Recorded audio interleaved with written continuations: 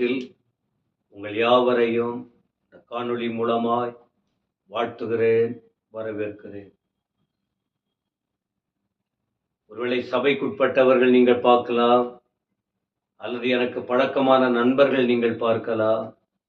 உங்களுக்கு நாங்கள் அனுப்பி வைக்கிறோம், உங்களை நாங்கள் நேசிக்கிறோம், உங்களை மறக்கவில்லை, நாம் இந்த தொடர்பில் நாம் இருக்கிறோம் என்பதை உணர்த்தவும், தெய்வீக அன்பு நம்மோடு இருக்கிறதினால் இந்த சம்பாஷணை, இந்த தொடர்புக்குள்ளே கர்த்தர் நம்மை நடத்தி கொண்டிருக்கிறார்.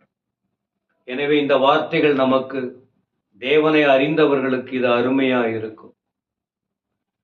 இயேசு கிறிஸ்துவை தெரியாதவர்களுக்கு கூட இதை போல சத்தியங்களை கேட்டு வளர வேண்டும் என்கிற ஒரு ஆசை ஏற்படும். அதில் ஒரு ஆசை இருக்கிறது. ஒரு முறை ஆண்டவர் இயேசு ஊழியம் செய்தார். அவருடைய ஆச்சரியமான வார்த்தைகள், அதிகாரமுள்ள வார்த்தைகள், அவரிலிருந்து புறப்பட்ட அற்புதங்கள், அவரை பரலோகம் பயன்படுத்தின விதம், இதையெல்லாம் ஏரோது என்ற ராஜா கேள்விப்பட்டு அவன் ஆண்டவரை பார்க்க வேண்டும், அவர் வார்த்தையை கேட்க வேண்டும் என்று அவன் விருப்பத்தோடு கூட ஆசையாய் இருந்ததாக வேதம் சுட்டி காட்டுகிறது. ஏன்னா அப்படிப்பட்ட தேவன், அவரை போல யாரையும் பார்க்க முடியாது. அவரை போல வார்த்தை, அவரை போல அன்பு, அவரை போல மனதுருக்கம், அவரை போல தாழ்மை, அவரை போல ஏற்றுக்கொள்ளும் தன்மை, அவரை போல மன்னிக்கும் சுபாவம், அவரை போல எல்லாரையும் அரவணைக்கும் பண்பு, நற்குணங்கள் உலகத்துல யாருக்கிட்டையும் நீங்க பார்க்க முடியாது. எப்படிங்க சொல்றீங்க? இந்த வேதம் வெளிப்படுத்துகிறது.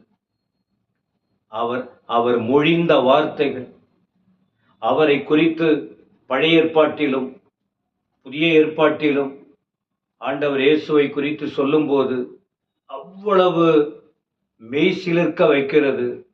அப்படிப்பட்ட தெய்வம். அப்ப அந்த தெய்வத்தை குறித்து, அவருடைய மரணத்தை குறித்து தான் இந்த தபசு நாட்களில், இந்த லெந்து நாட்களில் நாம அவர் வார்த்தைகளை தியானித்து வருகிறோம். 31,104 வசனத்துக்கு மேல இந்த 66 புத்தகத்தில் வேத வாக்கியங்கள் அடங்கி இருக்கிறது.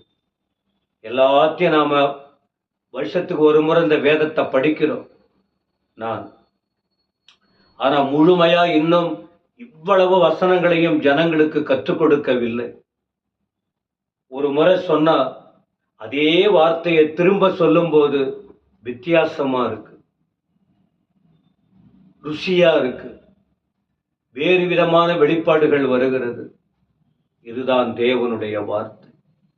வார்த்தையாகிய இயேசு மனுஷனாய் வந்தார். மனிதனாய் வந்தவர் மரணத்தை தழுவினார்.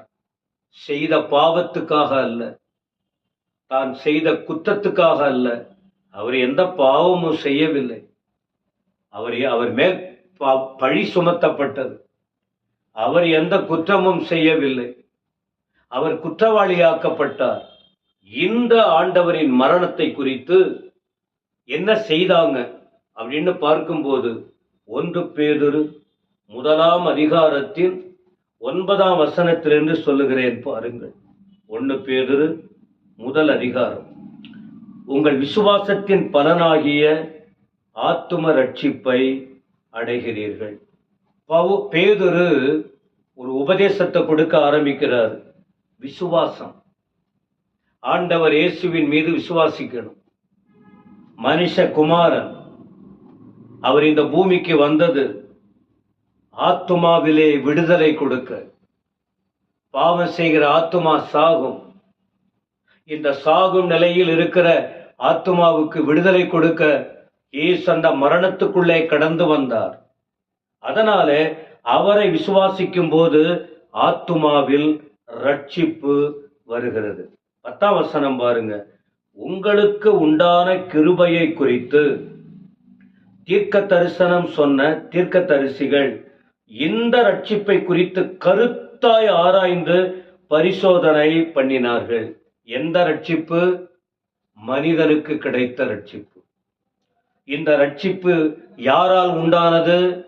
ஆண்டவராகிய இயேசு கிறிஸ்து. இயேசு கிறிஸ்துவிலே இயேசு கிறிஸ்துவுக்கு ஒரு பெயர் என்ன? இயேசு என்றால் இரட்சகர் என்று அர்த்தம். அவர் ரட்சிப்பை கொடுக்கதான் இந்த உலகத்துக்கு வந்தார். அப்படியானால் ஜனங்கள் யார்? அடிமைப்பட்டு கிடந்தவர்கள், விடுதலை பெறாமல் வாழ்ந்தவர்கள். இத குறித்து, இந்த ரட்சிப்பை குறித்து கருத்தாய் ஆராய்ந்து பரிசோதனை பண்ணினார்கள். இதற்கு முன்பு அவரை குறித்து, யார் அந்த இரட்சகர், அவர் எங்கே இருந்தவர், அவர் எங்கே வந்தார், அவர் வாழ்க்கை என்ன, அவர் எங்கே என்ன செய்தார் போன்ற அவரை குறித்து சொல்லப்பட்ட வார்த்தைகளை எல்லாம் ஆராய்ந்து ஆராய்ந்து, பைபிள் ஒரு வசனம் இருக்கு, அப்போஸ்தலர் 17:11, வேத வசனங்களை அவர்கள் ஆராய்ந்து பார்த்ததினால் நற்குணசாலிகளாய் இருந்தார்கள். வேத வசனங்களை ஆராய்ந்து பார்த்தார்கள். யோவான் 5:39 சொல்லுகிறது, வேத வசனங்களை ஆராய்ந்து பாருங்கள், அவைகளால் உங்களுக்கு நித்திய ஜீவன் உண்டு. என்ன நித்திய ஜீவன்? யோவான் 3:16, தேவன் தம்முடைய ஒரே பேரான குமாரனை விசுவாசிக்கிறவன் எவன், அங்க பாருங்க, விசுவாசத்தின் பலனாகிய ஆத்தும ரட்சிப்பு. விசுவாசிக்கிறவன் எவனோ, ஆண்டவர் இயேசுவை விசுவாசிக்கிறவன் எவனோ அவன் கெட்டு போகாமல், பரலோகத்தை விசுவாசிக்கிறவன், பரலோகத்திலிருந்து வந்தது, பரலோகத்திலிருந்து அனுப்பின பிதாவை விசுவாசிக்கிறவன், அனுப்பப்பட்ட இயேசுவை விசுவாசிக்கிறவன் ஒருவரும் கெட்டு போகாமல், கெட்டு போவதில்லை. அவர்கள் ரட்சிக்கப்படும்படி, அவர்கள் ஜீவன் பெறும்படி ஆண்டவர் அந்த ரட்சிப்பை வெளிப்படுத்தி இருக்கிறார். அதை குறித்து ஆராய்ந்து பரிசோதனை பண்றாங்க. 11ஆம் வசனம், தங்களிலுள்ள கிறிஸ்துவின் ஆவியானவர் கிறிஸ்துவுக்கு உண்டாகும் பாடுகளையும், எதை குறிப்பிடுகிறார் பாருங்க, சிலுவை பாடுகள். இந்த உலகத்திலே 33.5 வருடம் ஆண்டவர் இயேசு இருந்தார். 3.5 வருடம் ஊழியம் செய்தார். இந்த 3.5 வருஷத்துலதான் இந்த நிருபத்தை எழுதின பேதுரு முதல் ஆண்டவர் அவரை அழைத்து அவரோடு கூட பயணிக்க ஆரம்பித்தார். அந்த பேதுரு தான் இருக்கிற உண்மைகளை, ரட்சிப்பை குறித்தும், விசுவாசத்தை குறித்தும், தேவனை குறித்தும், அவர் பாடுகளை குறித்தும், அவர் மரணத்தை குறித்தும், யாருக்காக வந்தார், எதற்காக வந்தார்ங்கிற சத்தியத்தை அவர் கூடவே இருந்து அறிந்ததினாலே அவர் தெளிவாய் எழுதுகிறார். அவருடைய கிறிஸ்துவுக்கு உண்டாகும் பாடுகளையும் அவைகளுக்கு பின்வரும் மகிமையையும் முன்னறிவித்த போது இன்ன காலத்தை குறித்தார் என்பதையும், அந்த காலத்தின் விசேஷம் என்ன என்பதையும் ஆராய்ந்தார்கள், ஆராய்ந்து பார்த்தார்கள். ஆண்டவரை குறித்து, அவர் பாடுகளை குறித்து, அது எந்த காலம், அது எப்ப நடக்கும். இப்ப இன்றைய காலத்தில் நாம் என்ன சொல்றோம்? 2000 வருஷத்துக்கு முன்பாக ஆண்டவர் இயேசு பரலோகத்தை விட்டு வந்தார், வாழ்ந்தார், சிலுவைக்கு நேராய் சென்றார், மரித்தார் போன்ற விஷயங்கள் 2000 வருஷம். ஆனா இந்த விஷயத்தை அவர் சொல்லும் போது அதை குறித்து ஆராய்ந்து பார்த்திருக்காங்க.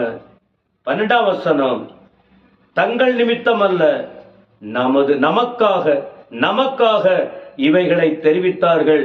அவர்களுக்கு வெளியாக்கப்பட்டது பரலோகத்திலிருந்து அனுப்பப்பட்ட பரிசுத்த ஆவியினாலே உங்களுக்கு சுவிசேஷத்தை பிரசங்கித்தவர்களை கொண்டு இவைகள் இப்பொழுது உங்களுக்கு அறிவிக்கப்பட்டு வருகிறது.